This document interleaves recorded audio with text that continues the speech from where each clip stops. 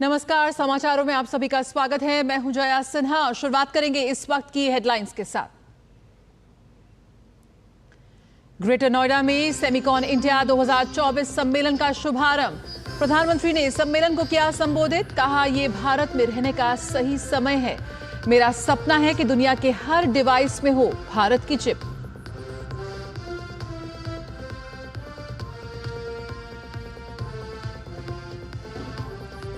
प्रधानमंत्री नरेंद्र मोदी ने जलवायु परिवर्तन की चुनौतियों के बीच ग्रीन हाइड्रोजन को बताया बेहतर विकल्प। ग्रीन हाइड्रोजन के दूसरे अंतर्राष्ट्रीय सम्मेलन में दोहराई पृथ्वी को स्वच्छ और हरित गृह बनाने की प्रतिबद्धता।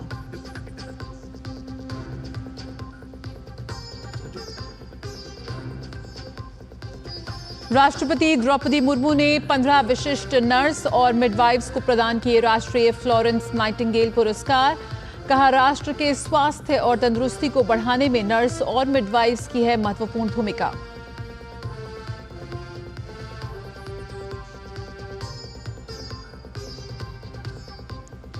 राहुल गांधी के देश और आरक्षण विरोधी बयान पर भाजपा का तीखा हमला। कहा, राहुल गांधी हर उस ताकत के साथ जो भारत को कमजोर देखना चाहती है। गृह मंत्री अमित शाह ने कहा, कांग्रेस का आरक्षण विरोधी चेहरा हुआ बेनकाब।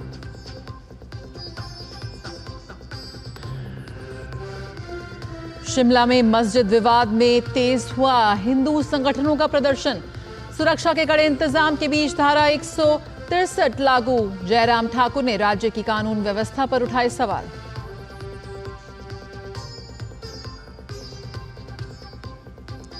हरियाणा चुनाव के लिए सभी दलों के उम्मीदवारों का नामांकन जारी। अनिल विज समेत भाजपा के 25 नेताओं का नामांकन आज।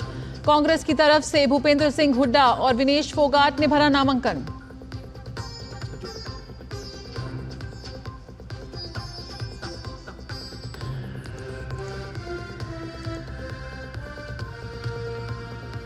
और एशियन चैंपियंस ट्रॉफी हॉकी में भारत की जीत का सिलसिला जारी। मलेशिया पर दर्ज की 8-1 से बड़ी जीत। राजकुमार पाल ने लगाई hat trick.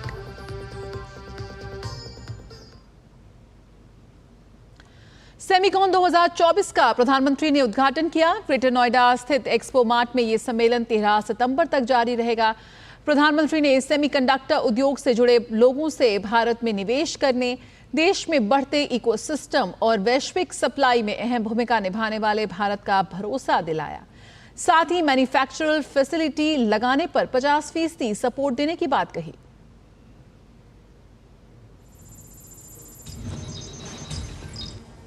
This is the right time to be in India.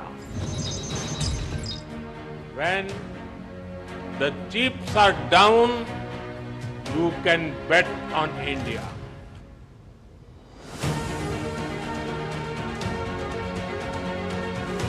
आधुनिक युग में सुविधा से लेकर विज्ञान तक सब कुछ बिना चिप अधूरा सा है। इतनी अहम हो चुकी चिप निर्माण के क्षेत्र में भारत अब कदम बढ़ा चुका है। कम समय में 5 से ज्यादा निर्माण यूनिट भारत में कारोबार शुरू करने के लिए तैयार हैं। इसमें और तेजी लाने की दिशा में प्रधानमंत्री मोदी ने सेमिकॉन इंडिया 2024 का उद्घाटन किया। उन्होंने कहा कि भारत में रिफॉर्मिस्ट सरकार, ग्रोइंग मैन्युफैक्चरिंग बेस और एस्पिरेशनल मार्केट की 3D पावर है। साथ ही स्टेबल सरकार ईज ऑफ डूइंग बिजनेस के लिए हर कदम उठा रही है।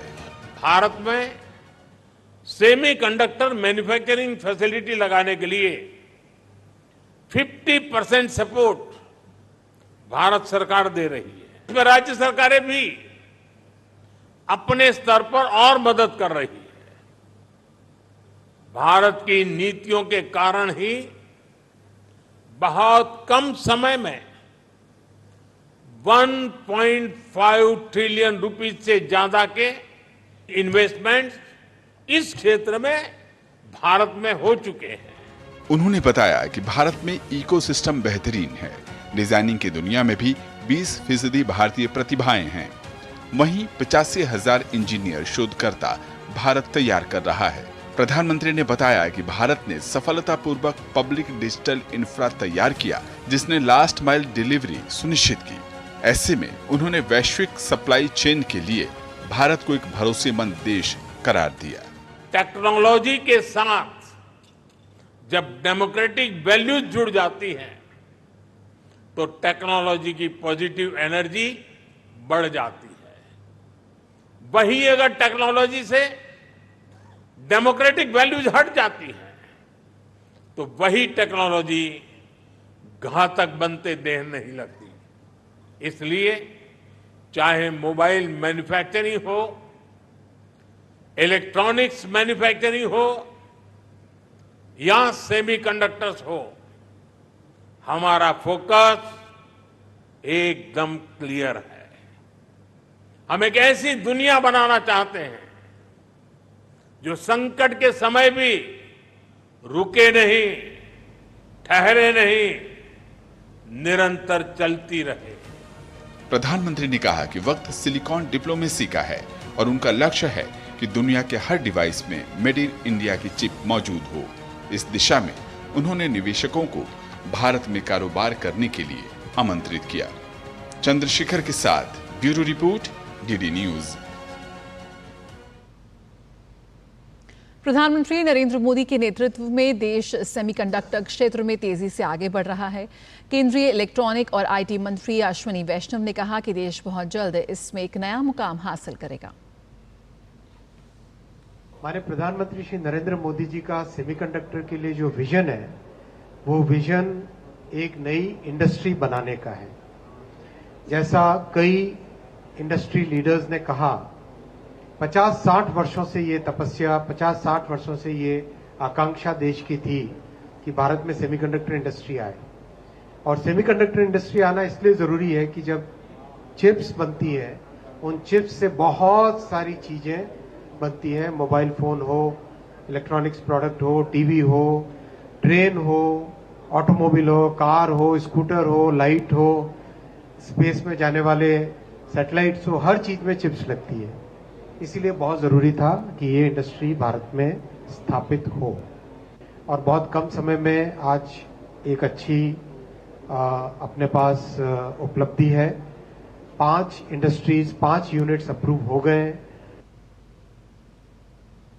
राष्ट्रपति द्रौपदी मुर्मू ने 15 नर्सिंग प्रोफेशनलों को राष्ट्रीय फ्लोरेंस नाइटिंगेल पुरस्कार से सम्मानित किया, जिन्होंने समाज के प्रति असाधारण सेवा और समर्पण का प्रदर्शन किया। इन नर्सिंग कर्मियों की राष्ट्र के स्वास्थ्य और तंदुरुस्ती को बढ़ाने में महत्वपूर्ण भूमिका है। वर्ष 1973 से शुरू हुआ राष्ट्रीय फ्लोरेंस नाइटिंगेल पुरस्कार स्वास्थ्य एवं परिवार कल्याण मंत्रालय द्वारा नर्सों और नर्सिंग पेशेवरों को समाज के प्रति उनकी सराहनीय सेवाओं और उत्कृष्ट कार्यों के लिए दिया जाता है। राष्ट्रपति द्रौपदी मुर्मू ने बुधवार को राष्ट्रपति भवन में देश के 15 नर्सों और मिडवाइफ्स को राष्ट्रीय फ्लोरेंस नाइटिंगेल पुरस्कार से सम्मानित किया। ये पुरस्कार नर्सों के असाधारण सेवा और समर्पण को ध्यान में रखकर दिया जाता है। इन नर्सों और मिडवाइफ्स का राष्ट्र के स्वास्थ्य और तंदुरुस्ती को बढ़ाने में महत्वपूर्ण योगदान है। वर्ष 1973 से शुरू हुआ राष्ट्रीय फ्लोरेंस नाइटिंगेल पुरस्कार स्वास्थ्य एवं परिवार कल्याण मंत्रालय द्वारा नर्सों और नर्सिंग पेशेवरों को समाज के प्रति उनकी सराहनीय सेवाओं और उत्कृष्ट कार्यों के लिए दिया जाता है। मुझे बहुत बहुत बहुत अच्छा लग रहा है, ये अवार्ड मिला मेरी बहुत मेहनत का फल है सर ये, और बहुत मेरे को प्राउड हो रहा है आज। ये अवार्ड मिलने से बहुत खुशी हूँ, बहुत अच्छा लग रहा है मेरे को भी और मेरे फैमिली को भी। This award has been given to me. It is because of my hard work and the confidence and the competency what I had in the clinical. आज बहुत अच्छा लग रहा है। I'm honored like anything कि at least at the end of the day if your work is recognized, so that gives you a boost, you know. पुरस्कार में एक प्रशस्ति पत्र और 1 लाख रुपए की पुरस्कार राशि दी जाती है। ये नर्स दुर्गम पहाड़ी, नदी नाले, रेगिस्तान, जल थल और वायु मार्ग, दुर्गम गांव में जाकर कोविड टीकाकरण से लेकर सार्वभौमिक टीकाकरण अभियान में इन्होंने महत्वपूर्ण भूमिका निभाई है। ये नर्स जटिल प्रसव पीड़ा वाले अपने रोगियों को सुरक्षित यातायात सुनिश्चित करके कई लोगों की जान बचाने में भी इन्होंने अपनी महत्वपूर्ण भूमिका निभाई है। हर साल 12 मई को दुनिया भर में फ्लोरेंस नाइटिंगेल की जयंती पर उनकी निस्वार्थ सेवा और सार्वजनिक स्वास्थ्य प्रणाली, स्वास्थ्य देखभाल और नर्सिंग शिक्षा, सामाजिक सुधार लाने में उनके महत्वपूर्ण योगदान के लिए अंतर्राष्ट्रीय नर्स दिवस मनाया जाता है। उनकी याद में ही राष्ट्रीय फ्लोरेंस नाइटिंगेल पुरस्कार दिया जाता है। Nitendra Singh, DD News, Delhi. भारत सरकार के प्रधान वैज्ञानिक सलाहकार प्रोफेसर अजय कुमार सूद ने उच्च शिक्षा में अनुसंधान को बढ़ावा देने वाली ANRF यानी कि अनुसंधान नेशनल रिसर्च फाउंडेशन पहल की तारीफ की है। उन्होंने कहा कि इस कदम से नवाचार बढ़ेगा। प्रोफेसर अजय कुमार सूद ने इसके लिए प्रधानमंत्री के नेतृत्व की सराहना भी की है। The Honorable Prime Minister's Atmanirbhar Bharat initiative and clarion call of Jai Jawan, Jai Kisan, Jai Vigyan and Jai Anusandhan, there is an immense need for such a foundation for ensuring homegrown research and innovation. Through the Anusandhan National Research Foundation, the government has strengthened the importance of inculcating research culture in our higher education system to tap the vast untapped human resource potential in our HEIs for boosting research and innovation in the country. HCL के संस्थापक सदस्य अजय चौधरी ने ANRF पहल की तारीफ की है। उन्होंने कहा कि इस पहल से देश भर में अनुसंधान और नवाचार के क्षेत्र में विकास को मदद मिलेगी।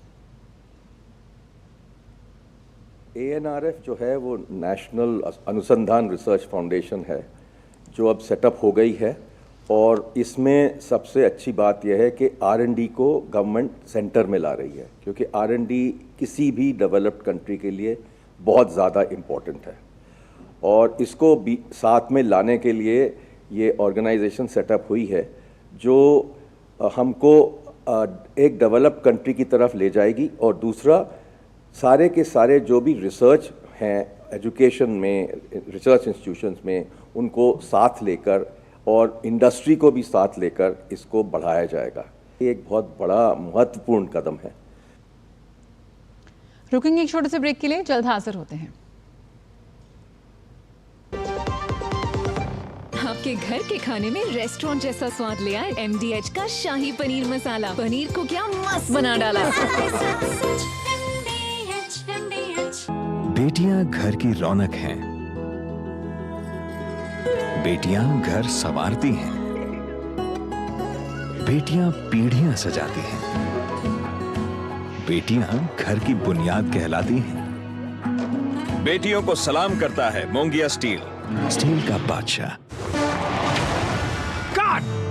सुरक्षा की गारंटी हर चीज में जरूरी है, चाहे वो मुश्किल स्टंट हो या अच्छी फसल।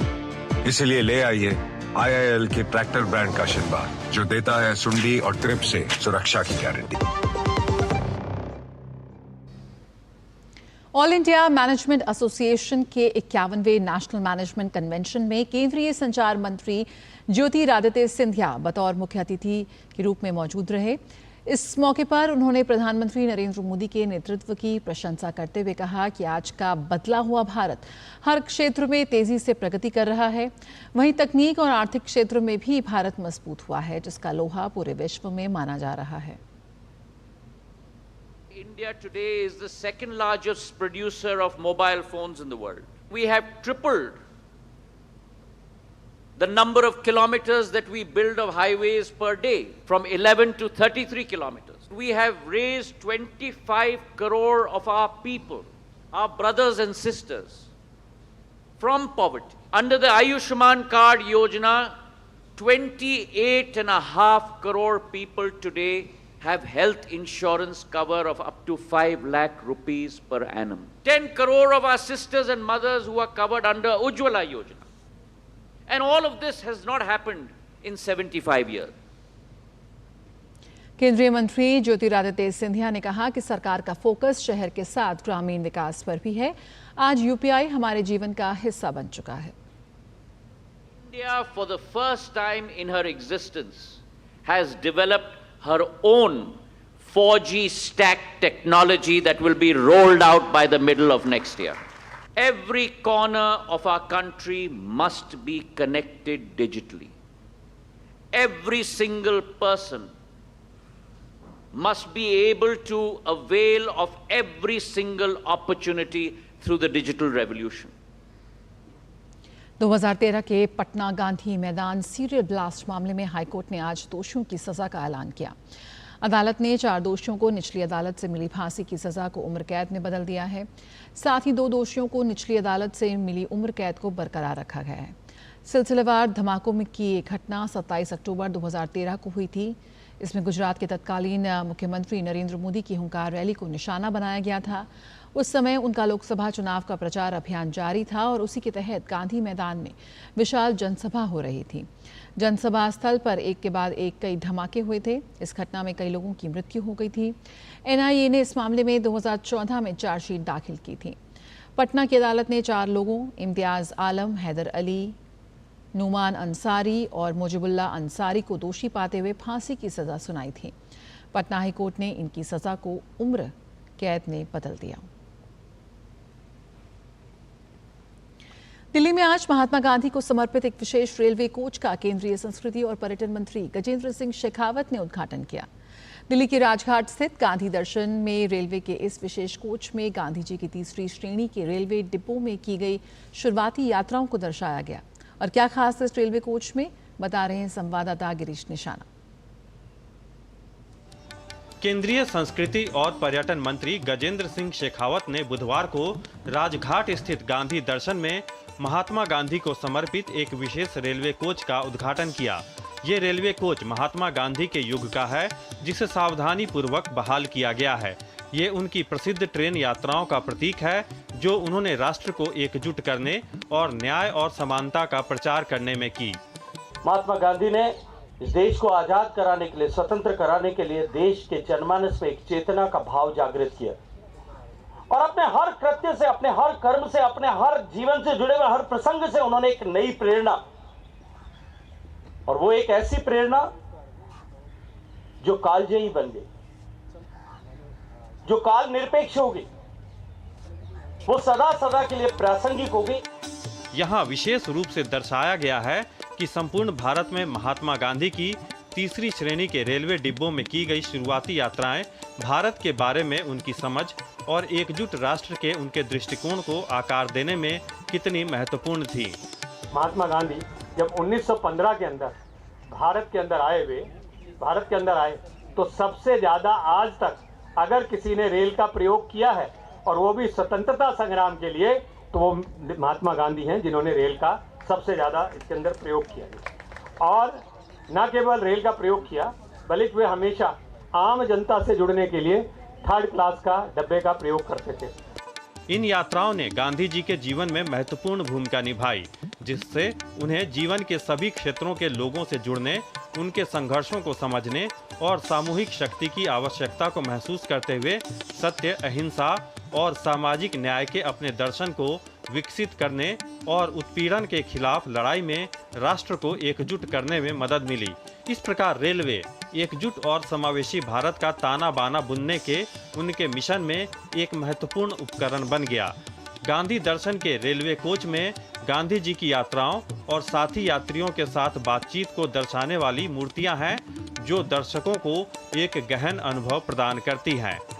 महात्मा गांधी को समर्पित ये रेलवे का विशेष कोच गांधी दर्शन में महात्मा गांधी की रेल यात्राओं को जीवंत बनाता है। कैमरामैन अजय कुमार के साथ गिरीश निशाना, डीडी न्यूज, दिल्ली। और यहाँ रुकेंगे छोटे से ब्रेक के लिए, जल्द हाजिर होते हैं। MDH का किचन किंग किचन में हो तो हम सब कुछ बना सकते हैं। बैंगन का भरता, आलू गोभी, भिंडी मसाला और भी बहुत कुछ। MDH।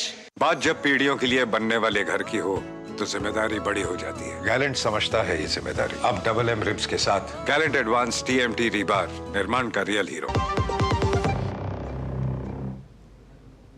और अब बात जम्मू कश्मीर और हरियाणा विधानसभा चुनाव की।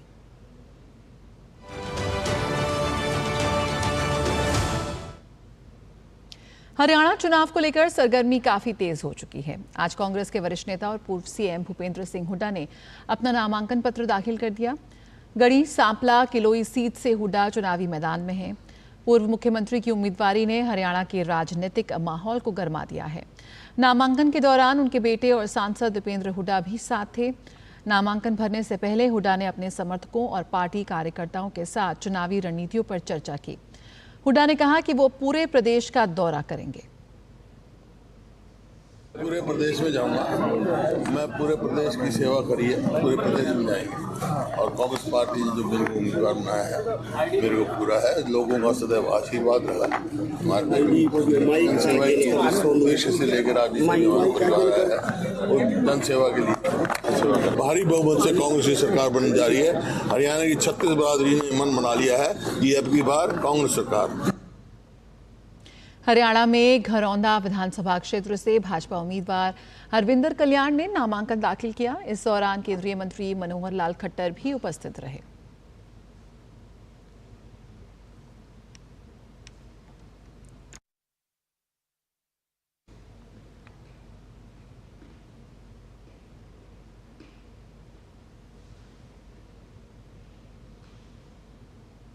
हरियाणा की जुलाना विधानसभा क्षेत्र से कांग्रेस उम्मीदवार विनेश फोगाट ने कांग्रेस सांसद दीपेंद्र हुड्डा की उपस्थिति में अपना नामांकन दाखिल किया।